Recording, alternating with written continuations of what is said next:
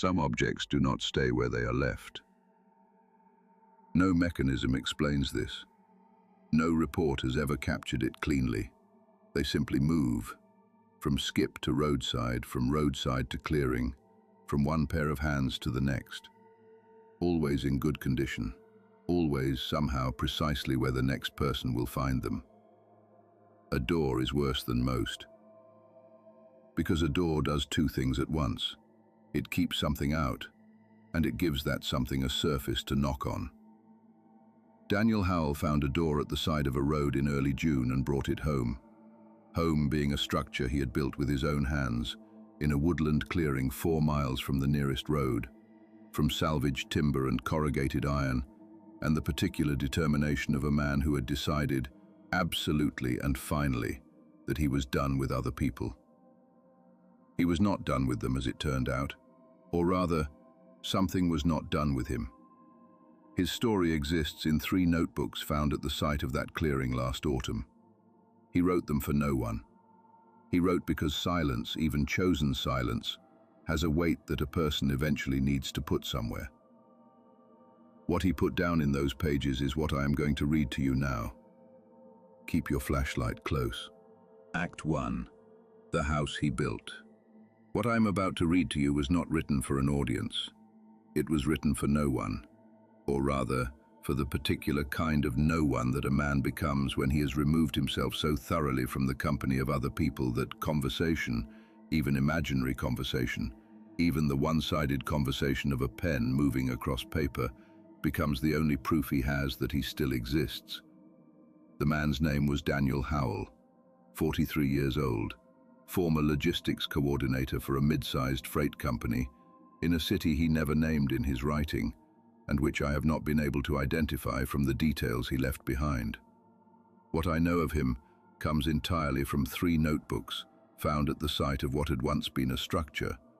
The word house feels generous, in a clearing approximately 4 miles from the nearest road, in a stretch of woodland that does not appear on any current hiking map. The notebooks were found by a forestry surveyor in the autumn of last year. He passed them to the local authority. The local authority, finding no missing persons report matching the description, passed them to a records office. The records office, finding no next of kin and no clear jurisdiction, filed them. I read them 3 weeks ago. I have not slept particularly well since. The first notebook begins in April.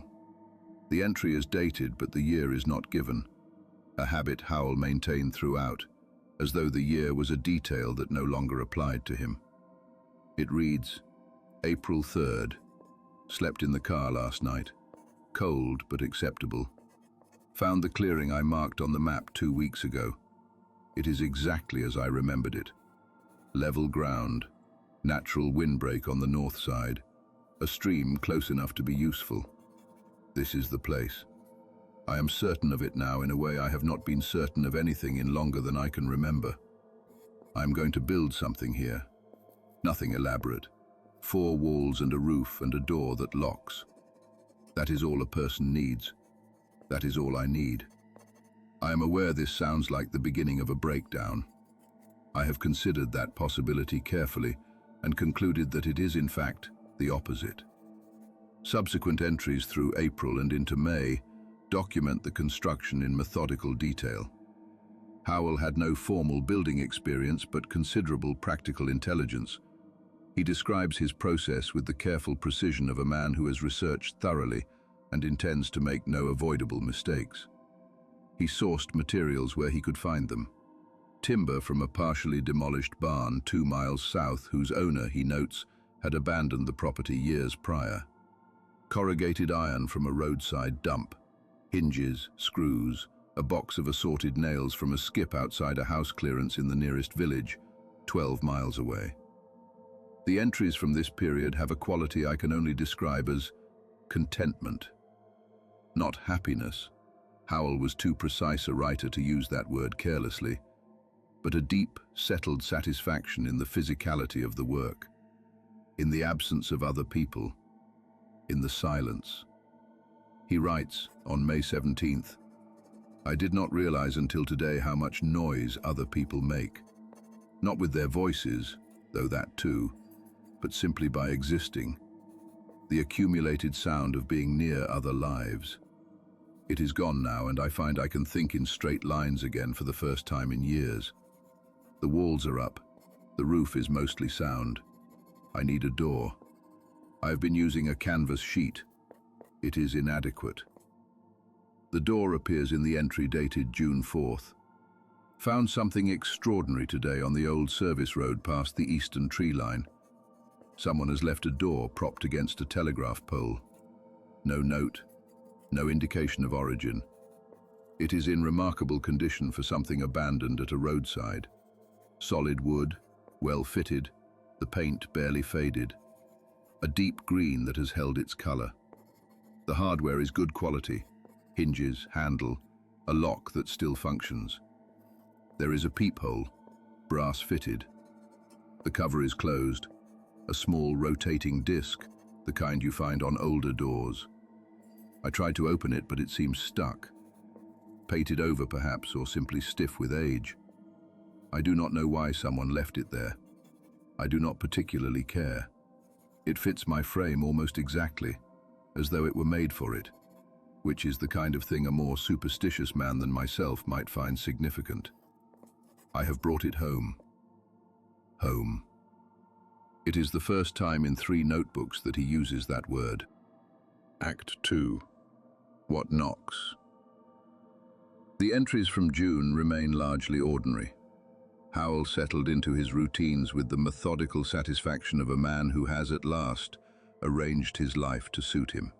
He describes his days in the particular detail of someone who has decided that the small things are, in fact, the only things worth recording. The quality of the morning light through the one window he had fitted on the south wall, the behavior of a fox that began visiting the edge of the clearing at dusk, the progress of his vegetable patch, which he had dug into the dark soil on the eastern side of the structure with more optimism than expertise. He writes on June 19th, "Something walked on the roof last night. I heard it clearly, a weight moving slowly across the corrugated iron, pausing, then continuing. I assumed a large bird, possibly a crow. They are bold enough. In the morning I checked. No marks on the iron that I could see. No droppings. I note this only for completeness. It is almost certainly nothing." July 2nd. The roof again last night, heavier than a bird. I lay awake listening for perhaps an hour before it stopped. The sound was, and I record this precisely because precision matters, the sound was deliberate.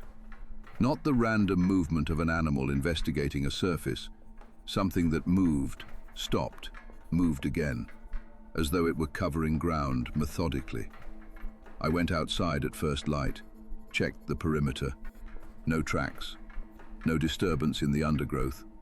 The ground had been dry for 2 weeks. Tracks would have shown. July 14th. Someone knocked on the door last night. 3 knocks. Measured. Patient. The kind of knock that assumes the person inside is awake and listening.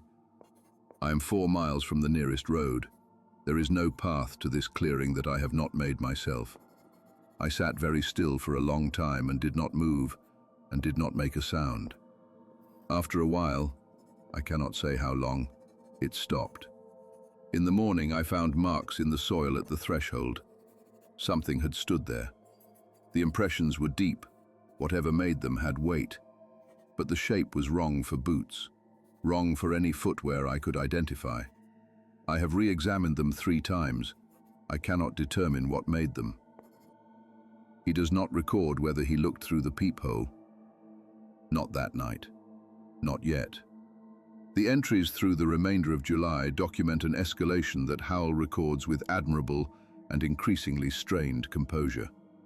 The knocking comes every 3 or 4 nights, always 3 knocks, always measured, always at a time he describes as the deepest part of the night, not late evening, not early morning, but the specific dead hours between. He checks the perimeter each morning. The marks at the threshold are always present, always the same shape, always deep. On July 29th, he writes, I have been thinking about the peephole. The cover has been stuck since I installed the door. I have not forced it. I am not certain why. Perhaps because a peephole only functions in one direction, and I find I am not entirely sure which direction I mean. Tonight there was no knock. I lay awake waiting for it, and it did not come. This was, I discovered, considerably worse than the knocking itself. Silence, I am learning, is not always empty. August 3rd. The knock came again, 3 times. I was already awake. I got up. I walked to the door. I stood in front of it for what I believe was several minutes. I tried the peephole cover. It moved. Stiffly, it required real pressure, but it moved. I opened it approximately halfway. I could see nothing. The angle was wrong, or the night was too dark, or both. A small disk of blackness and nothing more. I closed it again and went back to bed. I am recording this because I want there to be a record of the fact that I looked, that I tried, that whatever happens next, I did not simply sit in the dark and wait. August 11th, the last entry before the final one. It knocked again tonight, 3 times as always. Then, and this has not happened before, a 4th. A single knock after a pause, quieter than the others, almost gentle. I did not get up. I did not go to the door, but I find that I am going to. Not tonight, but soon. I understand now that I am going to open that peephole all the way and look through it properly, and I understand that this is not curiosity. It is something older than curiosity. It is the thing that makes you look. Act 3. The Glass. The final entry is dated August 15th. It is longer than the others. The handwriting, which throughout the notebooks had been neat, controlled, the script of a man who valued precision, changes partway through. Not dramatically, but noticeably, as though the hand that held the pen had at some point during the writing become uncertain of its own instructions. It begins, 3 o'clock or near enough. It knocked, 3 times, and then the 4th, the quiet one. I was already standing at the door when it started. I had been standing there, I think, for some time before it knocked, waiting. I opened the peephole. At first, nothing. The same disk of darkness I had seen before. I held still and let my eye adjust, and I looked. And then I saw it. I want to be precise. I am going to be precise because precision is the only thing I have left, and because if this is found, if someone reads this, I want them to understand exactly what I saw, and not to mistake it for the product of an isolated mind coming apart in the dark. It was close. Closer than anything should have been able to stand without my hearing it approach. Perhaps 2 feet from the door, perhaps less. It was large, not in height, in mass, the sense of something enormously, wrongly dense, as though the air around it was being used differently. The face. I will describe the face. The eyes were at the wrong height for the peephole. I was looking at its throat, or what would have been its throat, and I had to tilt my head downward to find the face. When I found it, the eyes did not reflect light. There was no light to reflect. The night was overcast and I had no lamp lit. But the eyes were visible anyway, not glowing, simply present in the darkness in the way that certain things are present. Not because they emit anything, but because they absorb everything around them and leave a shape. The mouth was open, not wide, not the operatic gape of something screaming or threatening, simply open. The way a mouth is open when something is breathing slowly and has no particular reason to close it. It was looking at the peephole. It was looking directly at the peephole. And I understood, in the way that certain understanding arrives not as thought, but as physical fact, a weight that drops through the chest. I understood that it had always been looking at the peephole, every night, while I had been standing on my side of the door, working up the courage to look. It had been on its side, watching the closed cover, waiting for it to open. The entry ends there, mid-page. The pen has made a mark that trails off to the right, not a full stop, not a deliberate ending. The mark of a hand that stopped mid-sentence for a reason that had nothing to do with the sentence. The notebooks were found in the clearing in October. The structure Howell had built had partially collapsed. One wall down, the roof caved in on the eastern side. Evidence of weather, of time, of the particular indifference of the natural world to human construction. The surveyor who found them noted one detail in his report that I want to read to you precisely as he wrote it, because precision here is the only courtesy I can offer.